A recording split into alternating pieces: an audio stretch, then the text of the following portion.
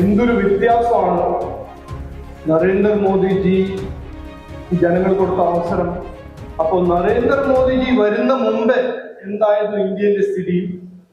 നരേന്ദ്രമോദിജി വന്നു കഴിഞ്ഞ് ഭരിക്കാൻ തുടങ്ങി മാറ്റം കൊണ്ടുവരുമ്പോൾ എന്തായിരുന്നു ഇന്ത്യയുടെ സ്ഥിതി? അത് പറയാൻ, അത് കണ്ടു പറയാൻ എനിക്ക് ഒരു അവകാശമുണ്ട്. ഇന്ത്യയുടെ സ്ഥിതി എന്താണ്? അവിടെ അഴിമതി, പാവങ്ങളായിട്ടിരിക്കുക, ദുർബലമായ ഒരു സാമ്പത്തിക സ്ഥിതി, നിക്ഷേപരെല്ലാം ചൈനയിൽ പോവുക, ദുർബലമായ അഞ്ച് ദുർബലമായ ഇക്കോണമിയിൽ ഒരു ഇക്കോണമിയായ ഇന്ത്യ ഇന്ന് 4 അല്ലെങ്കിൽ 5ാമത്തെ ഇക്കോണമി. ഇന്ത്യ ലോകത്തിലെ ഏറ്റവും നല്ല ഇക്കോണമി ആയിട്ട് മാറും. അതാണ് നരേന്ദ്രമോദിജിന്റെ ഇമ്പാക്ട് എഫക്ട്. ആ വിദ്വാന്റെ ഒപ്പം മറ്റൊരു വിദ്വാൻ രാഹുൽ ഗാന്ധി മുമ്പോട്ട് വെച്ചൊരു കാഴ്ചപ്പാട്, ഇന്ത്യയിൽ മാനുഫാക്ചറിങ് നടക്കില്ല, ഇന്ത്യ ഒരു മാനുഫാക്ചറിങ് ഇക്കോണമി ആവാൻ കഴിയില്ല, ഇന്ത്യക്ക് കഴിയില്ല. ഇന്ന് ഇന്ത്യയുടെ സ്ഥിതി എന്താണ്? ലോകത്തിൽ 5ാം നമ്പർ മാനുഫാക്ചറിങ് ഇക്കോണമി ആയിട്ട് മാറിയിരിക്കണം ഇന്ത്യ. ഇന്ന് 98% മൊബൈൽ ഫോൺ ഇന്ത്യ കൺസ്യൂം ചെയ്യുന്ന മൊബൈൽ ഫോൺ ഇന്ത്യയിൽ മാനുഫാക്ചർ ചെയ്യുന്ന മൊബൈൽ ഫോണാണ്. അത് മാത്രമല്ല, കഴിഞ്ഞ കൊല്ലം $20 billion made in India mobile phone export ചെയ്യുന്ന രാജ്യമാണ് ഇന്ത്യ. കഴിഞ്ഞ 12 കൊല്ലം നരേന്ദ്രമോദി ചെയ്തത് ഒരു ഇന്ദിരാ ഗ്യാരണ്ടി പ്രഖ്യാപിക്കില്ല, ഇത് ഫ്രീ മറ്റേത് ഫ്രീ, എന്നിട്ട് വാക്ക് പാലിക്കാണ്ട് മുമ്പോട്ട് പോകും. അങ്ങനത്തെ രാഷ്ട്രീയത്തില്ല. സാമ്പത്തിക ശാക്തീകരണം, നമ്മൾ ശക്തമാവണം, നമ്മൾ സ്ട്രോങ് ഇക്കണോമിക് പവർ ആവണം. ഇവിടെ ഇൻവെസ്റ്റ്മെന്റ് വരണം. ഇൻവെസ്റ്റ്മെന്റ് വന്ന് ഇക്കോണമി എക്സ്പാൻഡ് ചെയ്താൽ മാത്രമേ നമ്മുടെ social security welfare scheme expand ചെയ്യാൻ പറ്റുള്ളൂ. BJP NDA നരേന്ദ്രമോദിജിന്റെ കാഴ്ചപ്പാട് ഒരു വശത്ത്, മറുവശത്ത് ഈ CPM കോൺഗ്രസിന്റെ കാഴ്ചപ്പാട്. ഇത് നമ്മൾ മനസ്സിലാക്കേണ്ടതാണ്. ഇന്ത്യയിലെ രാഷ്ട്രീയ ചരിത്രത്തിൽ ഏറ്റവും പ്രധാനപ്പെട്ട 12 കൊല്ലമാണ് 2014 മുതൽ 2026. അത് എനിക്ക് അങ്ങനെ ഒരു അഭിപ്രായമുണ്ട്. എനിക്ക് മാത്രമല്ല, എല്ലാവർക്കും അങ്ങനെ ഒരു അഭിപ്രായമുണ്ട്. അങ്ങനെയാണ് എല്ലാവരും മനസ്സിലാക്കുന്നത് എന്ന് കൃത്യമാണ്.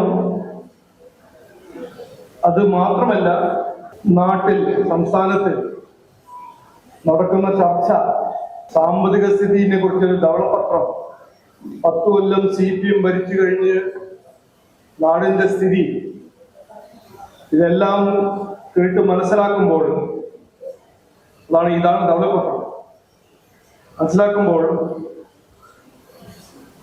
എന്തൊരു വ്യത്യാസമാണ് നരേന്ദ്രമോദിജി ജനങ്ങൾ കൊടുത്ത അവസരം, അദ്ദേഹം ചെയ്ത കാര്യങ്ങളും ഇന്ത്യയിൽ മുമ്പോട്ട് കൊണ്ടുപോയ കഴിഞ്ഞ 12 കൊല്ലം. അതേ ജനാധിപത്യ സംവിധാനത്തിൽ മറ്റു പാർട്ടിക്ക് ഒരു 10 കൊല്ലം കിട്ടുമ്പോൾ അവരെന്ത് ചെയ്യുന്നു ഇന്നിപ്പോ അതിനെക്കുറിച്ച് ആർക്കും ഒരു സംശയമില്ല, ഒരു അഭിപ്രായ വ്യത്യാസമില്ല. ഞാൻ MP ആയത് 2006. അപ്പോ 8 കൊല്ലം ഞാനൊരു ഓപ്പോസിഷൻ MP ആയിരുന്നു. 10 കൊല്ലം നരേന്ദ്രമോദിജിന്റെ സർക്കാരിന്റെ ട്രഷറി MP ആയിരുന്നു. അപ്പോ നരേന്ദ്രമോദിജി വരുന്ന മുമ്പ് എന്തായിരുന്നു ഇന്ത്യയുടെ സ്ഥിതി? നരേന്ദ്രമോദിജി വന്നു കഴിഞ്ഞ് ഭരിക്കാൻ തുടങ്ങി മാറ്റം കൊണ്ടുവരുമ്പോൾ എന്തായിരുന്നു ഇന്ത്യയുടെ സ്ഥിതി?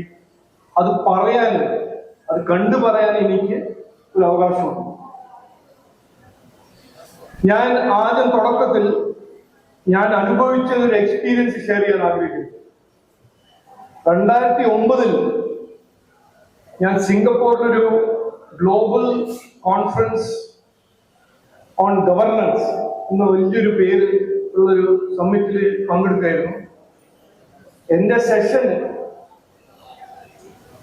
ടൈറ്റിലായിരുന്നു ക്യാൻ ഡെമോക്രസീസ് ഡെലിവർ? ജനാധിപത്യം ജനങ്ങൾക്ക് വേണ്ടി ഏഷ്യയിൽ അത് ഡെലിവർ ചെയ്യാൻ അവർക്ക് കഴിയുമോ ഒരു ചർച്ച. അതിൽ എന്റെ കൂടെ ഞാൻ ഇന്ത്യനെ റെപ്രസെന്റ് ചെയ്യുന്നു. എന്റെ ഒപ്പം ചൈനയുടെ ഒരു മുൻ ഫോറിൻ മിനിസ്റ്റർ ഇരിക്കുന്നു. പിന്നെ അവിടെ ഒരു സിംഗപ്പൂരിൽ ഒരു സീനിയർ ജേർണലിസ്റ്റ്. അപ്പൊ ആ ചൈനയുടെ മുൻ ഫോറിൻ മിനിസ്റ്റർ 2009 17 കൊല്ലം മുമ്പ് UPന്റെ സർക്കാരായിരുന്നു.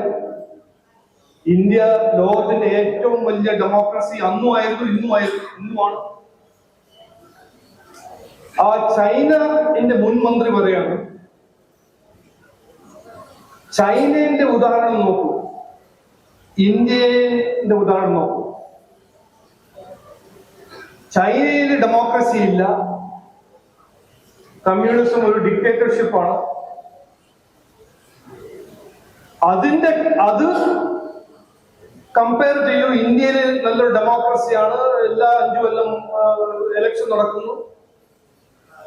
ഇന്ത്യന്റെ സ്ഥിതി എന്താണ്? അവിടെ അഴിമതി, പാവങ്ങളായിട്ടിരിക്കുക, ദുർബലമായ ഒരു സാമ്പത്തിക സ്ഥിതി, നിക്ഷേപരെല്ലാം ചൈനയിൽ പോവുക, തൊഴിലില്ലായ്മയാണ് ഇന്ത്യയുടെ സ്ഥിതി. അപ്പോ അദ്ദേഹം മുമ്പോട്ട് വയ്ക്കുന്ന ഒരു കാഴ്ചപ്പാടല്ല, ഒരു അഭിപ്രായം. Democracies cannot deliver. ഇന്ത്യ അതിന്റെ ഒരു ഏറ്റവും നല്ല ഉദാഹരണമായിട്ട് ആണെന്ന് അദ്ദേഹം പറയുന്നു. ഞാൻ അവിടെ ഇരുന്നിട്ട് ഇന്ത്യന്റെ കൾച്ചറും ഇന്ത്യന്റെ ചരിത്രവും ഇന്ത്യ നല്ല രാജ്യമാണെന്നെല്ലാം പറയാൻ ശ്രമിക്കുമ്പോൾ ഡേറ്റ ആൻഡ് ഫാക്ട്സ് കൃത്യമായി പറയുന്നത് എന്തായിരുന്നു? ചൈന മുമ്പോട്ട് പോകുന്നു, ഇന്ത്യ പിന്നോട്ട് പോകുന്നു. ഇതായിരുന്നു 2009 ലോകത്തിൽ ഇന്ത്യയെ കുറിച്ചൊരു അഭിപ്രായം. ഇന്നെന്താണ് സ്ഥിതി?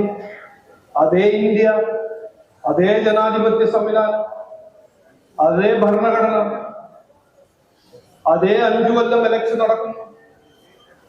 ഇന്നെന്താണ് ലോകത്തിന്റെ അഭിപ്രായം?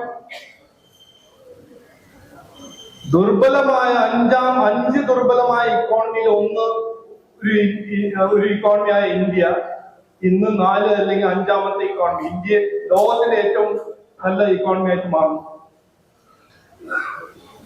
അപ്പോൾ എന്താണ് മാറിയത്? അതേ രാജ്യം, ജനങ്ങൾ അതന്നെയാണ്, ജനാധിപത്യ സംവിധാനം അതന്നെയാണ്. അതാണ് നരേന്ദ്രമോദിജിന്റെ ഇമ്പാക്ട് എഫക്ട്. അപ്പോൾ ഞാൻ ശരിക്കും ഇന്ന് നരേന്ദ്രമോദിജിന്റെ 12 കൊല്ലത്തിന്റെ കണക്കൊന്നും പറയാൻ ഞാൻ ആഗ്രഹിക്കുന്നില്ല. അതെല്ലാവരും പറയാം. അഴിമതി രഹിത ഭരണം, ഏറ്റവും കൂടുതൽ സ്പീഡിൽ എക്സ്പാൻഡ് ചെയ്യുന്ന ഇക്കോണമി, മേജർ ഇക്കോണമി. 14 കൊല്ലം മുമ്പ് ഞാനിത് കേട്ടതാണ്. 12 കൊല്ലം മുമ്പ് ഞാനിത് കേട്ട് മനസ്സിലാക്കിയ വ്യക്തിയാണ്. അതുകൊണ്ടാണ് ഞാൻ ഷെയർ ചെയ്യുന്നത്.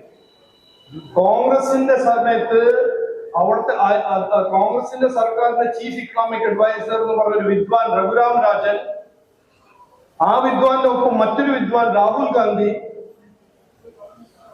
മുമ്പോട്ട് വെച്ചൊരു കാഴ്ചപ്പാട്, ഇന്ത്യയിൽ മാനുഫാക്ചറിങ് നടക്കില്ല, ഇന്ത്യ ഒരു മാനുഫാക്ചറിങ് ഇക്കോണമി ആവാൻ കഴിയില്ല, ഇന്ത്യക്ക് കഴിയില്ല, ഇത് ചൈനയ്ക്ക് മാത്രമേ കഴിയുള്ളൂ എന്ന് പ്രചരിപ്പിക്കുക, എന്ന് വിശ്വസിച്ച കാലങ്ങൾ ഇന്ത്യയിൽ ഉണ്ടായിരുന്നു. ഇന്ന് ഇന്ത്യയിലെ സ്ഥിതി എന്താണ്? ലോകത്തിൽ 5ാം നമ്പർ മാനുഫാക്ചറിങ് ഇക്കോണമി ആയിട്ട് മാറിയിരിക്കുകയാണ് ഇന്ത്യ. അപ്പോൾ ഞാൻ അങ്ങനെ കുറെ കാര്യങ്ങൾ പറയാനുണ്ട്. ഞാനൊരു ഉദാഹരണമായിട്ട് എപ്പോഴും പറയും. 2014 മുമ്പ് 90% മൊബൈൽ ഫോൺ ഇമ്പോർട്ടഡ് ആയിരുന്നു. ഇന്ന് 98% മൊബൈൽ ഫോൺ, ഇന്ത്യ കൺസ്യൂം ചെയ്യുന്ന മൊബൈൽ ഫോൺ ഇന്ത്യയിൽ മാനുഫാക്ചർ ചെയ്യുന്ന മൊബൈൽ ഫോണാണ്. അത് മാത്രമല്ല, കഴിഞ്ഞ കൊല്ലം $20 billion made in India mobile phone export ചെയ്യുന്ന രാജ്യമാണ് ഇന്ത്യ. അപ്പോ ഭരണം എന്ന് പറയുമ്പോൾ, ഗവർണൻസ് എന്ന് പറയുമ്പോൾ അതിന് ഒരു എന്താ, അതിലൊരു സയൻസ് ഉണ്ട്, അതിനൊരു അധ്വാനമുണ്ട്, അതിനൊരു കഠിന പരിശ്രമമുണ്ട്. കഴിഞ്ഞ 12 കൊല്ലം നരേന്ദ്രമോദി ചെയ്തത് ഒരു ഇന്ദിരാ ഗ്യാരണ്ടി പ്രഖ്യാപിക്കില്ല, ഇത് ഫ്രീ മറ്റേത് ഫ്രീ, എന്നിട്ട് വാക്ക് പാലിക്കാണ്ട് മുമ്പോട്ട് പോകും, അങ്ങനത്തെ രാഷ്ട്രീയം ചെയ്തിട്ടില്ല. അദ്ദേഹം 2014 ഒരു കാഴ്ചപ്പാട് മുമ്പോട്ട് വെച്ചു, ഒരു മാനിഫെസ്റ്റോ മുമ്പോട്ട് വെച്ചു. 99% ആ മാനിഫെസ്റ്റോ ഇംപ്ലിമെന്റ് ചെയ്തു. 2ാം തവണ ജനങ്ങൾ അദ്ദേഹത്തിന് അവസരം കൊടുത്തു. 3ാം തവണ ഒരു അവസരം കൊടുത്തു. അത് എന്തുകൊണ്ട്? വാഗ്ദാനം കൊടുത്താണോ? ഫ്രീ ഇതാ, ഫ്രീ അത് എന്നും പറഞ്ഞിട്ടാണോ? അല്ല.